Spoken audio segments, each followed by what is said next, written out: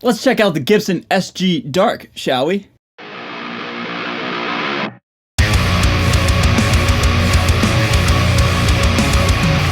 What's going on, everybody? Thank you so much for joining me for today's video. My name is Ray. I'm a guitar player here on YouTube. I am so excited to knock out this video because this, ladies and gentlemen, is the first time I've ever played a Gibson SG or an SG style of guitar in my entire life. So let's dive on in, man. I bought this thing myself at my local guitar center in Wilmington, Delaware several weeks ago now, and I've been playing it, and as you can see by a lot of the finger marks and, you know, the wear, if you will, I've been playing it a decent amount, trying to get familiar with it, accustomed to the shape, the sounds, the body, the neck, X, Y, and Z. I'm just trying to do my very best to, you know, get used to the shape because it's nothing I've ever experienced.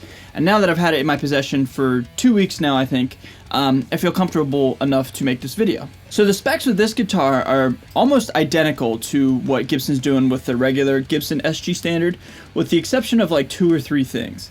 The elephant in the room, the main thing, the main aesthetic is the blacked out everything. For example, the blacked out hardware, blacked out pickup covers, the blacked out fretboard markers, blacked out tuners, and blacked out logo on the Gibson headstock.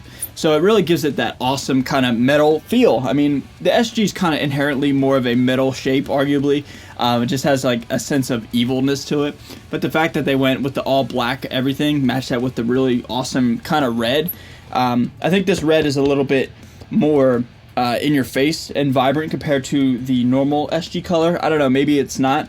Maybe it's just the all black that kind of makes it pop. Regardless, man, this aesthetic and this vibe of this guitar is definitely, you know, the main reason why I wanted to pick one up, and the main reason why when they announced it, it really kind of just stood out for me, you know. Now, apart from the aesthetics, we have pretty much all the same thing in terms of, you know, other specs other than cosmetics, minus one thing, the Richlite.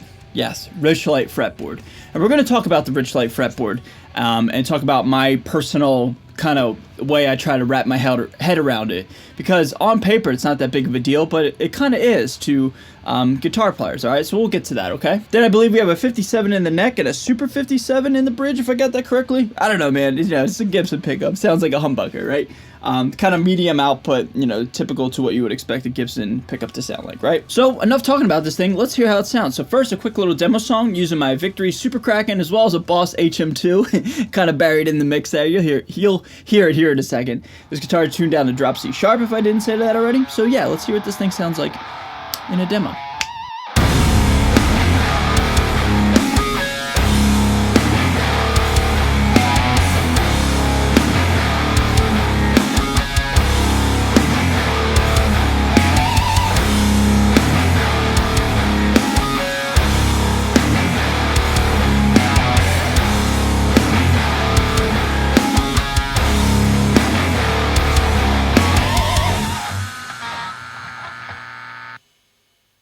So, sounds pretty cool, man. It sounds pretty metal. You can do the metal just fine. Now let's talk about some positives and negatives, and in between some positives and negatives, I'll give you guys some tone demonstrations, okay? So, the main negative with this guitar, let's knock out the somber, the downer points with this guitar, because there are a couple, okay? The main one is, you see how, like, all the, fingerprints are all over this thing? Dude, this is the stickiest guitar I've ever felt in my life, and like it feels like there's something on it, like it's all over this guitar, like where it needs like a wash. You know what I mean? Like it doesn't feel like just like a sticky neck. I mean, the neck is incredibly sticky, but the whole guitar's sticky, and like you know, it's kind of gross looking if you think about it, or you know, feel it. It's like, it's weird. I've never had a guitar feel like this.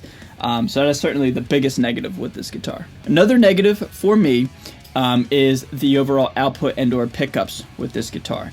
Again, it's a Gibson. Gibsons can be used for metal, but what they come stock with just doesn't really work for the genre of music that I like, and most likely what you like, hence why you're here in this video. Yeah, just kind of like medium to medium low output just doesn't do it for me, even though this is like a hotter 57 pickup. It's not quite there, you know? Now, another negative for me, and it's probably because I come from Les Paul land, I don't like the feel, the sound, and the overall just weight or lack thereof with an SG. I'm getting used to it.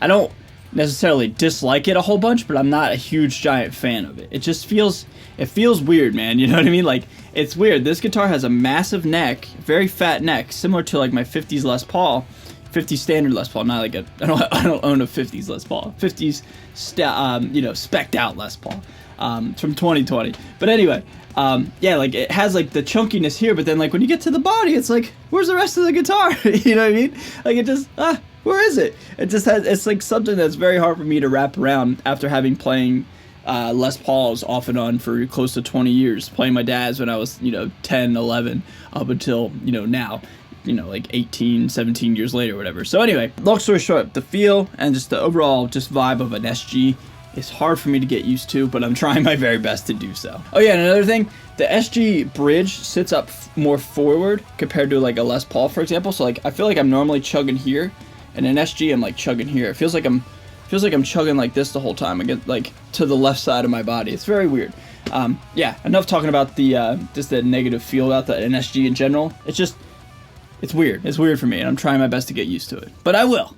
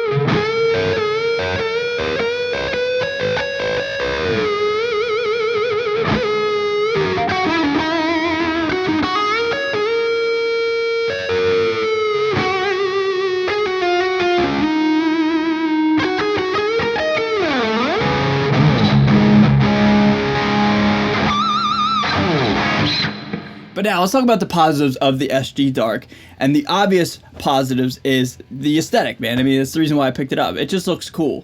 It's the coolest SG I've ever seen in my life. Like the contrast with the bright red, the vibrant red, matched it with the all black everything, even the black binding. I forgot to mention that. It's just like, it's just the coolest, man. It really is, dude.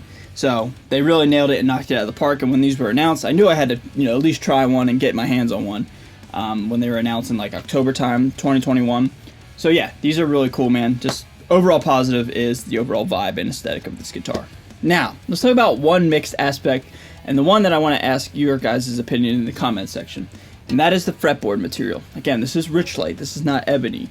Now, there's a lot of debate and a lot of, you know, heated, or maybe not heated, just passionate, you know, feelings about Richlite. Some people don't mind it, and some people really, really do mind it.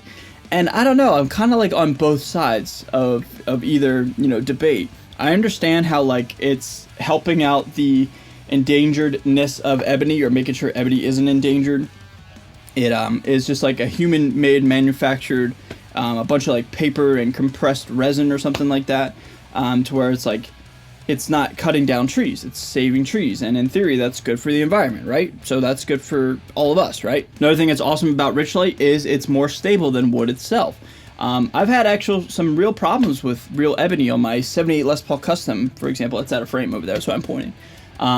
Like that fretboard chipped, and when I got it refretted, I had to get it filled in with another luthier, and it was a problem, man. You know, other fretboards in the past have been cracking. Ebony fretboards have been cracking with other people's guitars, etc., etc. With Richlite, in theory, none of that happens. It's more stable, it's more durable, it doesn't chip, it doesn't warp, etc. It's a very stable piece of material. But the problem is, as guitar players, we as guitar nerds, it's like, yeah, but we want the wood. Like, the wood is the thing about a guitar that makes it special. And yeah, so like I get all that. It's just like it's a interesting debate inside my head and everybody else's head on the internet and, you know, wherever. So although it has more positives than negatives, the fact that it's not wood really trips people out. And I kind of see both sides. If I had to pick, I think I like like, I think I'm okay with the Richlite, you know what I mean? Like, it doesn't bother me, obviously, but like, would this guitar be cooler with ebony? Probably, you know what I mean? So it's just funny how guitar players are like creatures of habit and so stubborn, you know, speaking, you know, on behalf of myself. So, but yeah, man, long story short, the Richlite is interesting, but apart from like just what the fretboard is made out of, the feel is incredible. Feels great, super smooth. Can't even tell, man. You know, people say, oh, I can tell the difference. I doubt it, man. I think it's just all in your head. But yeah, just a very interesting kind of just topic and debate about Richlite fretboards. Even like really expensive Les Paul Customs have them, like from the mid 2010s or whatever, like 2012, 2013. Anyway, man, kind of rambling, but just felt, you know, like I would bring that up as a talking point because Richlite is very polarizing.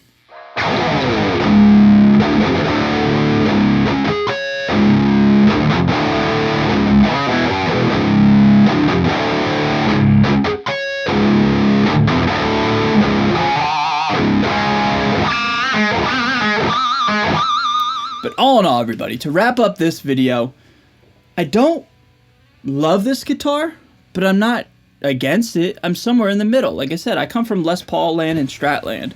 This is the first time I've ever had an SG ever. And so like I'm learning it, I'm trying to get the feel of it and get the vibe of it and enjoy it for what it is and not, you know, try to compare it to something that I'm used to. So in that aspect, that's a character flaw of myself. It's like I'm being very stubborn. But it looks great and it looks cool and it plays great and it sounds cool. You know, the sound of it is different than a Les Paul for sure, but you know, it has just a very kind of just like spanky tone and it's just different. It's a different vibe, man. It's a different beast altogether. So it looks cool and it plays great, but it just feels a little funky. You know what I mean? Like it's just a little different for me.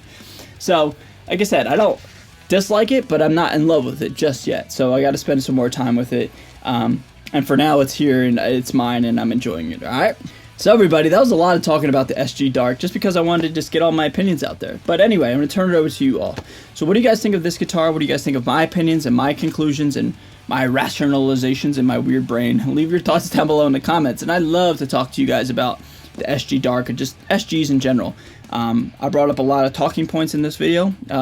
And maybe some debates will happen, but that's all in good fun, man. So anyway, I'm gonna get out of here. Thank you guys so much for watching. If you're brand new to my channel, be sure to subscribe. I'd really appreciate it. I am out of here. Stay safe, stay healthy, and stay metal, and I'll see you guys next time. Later.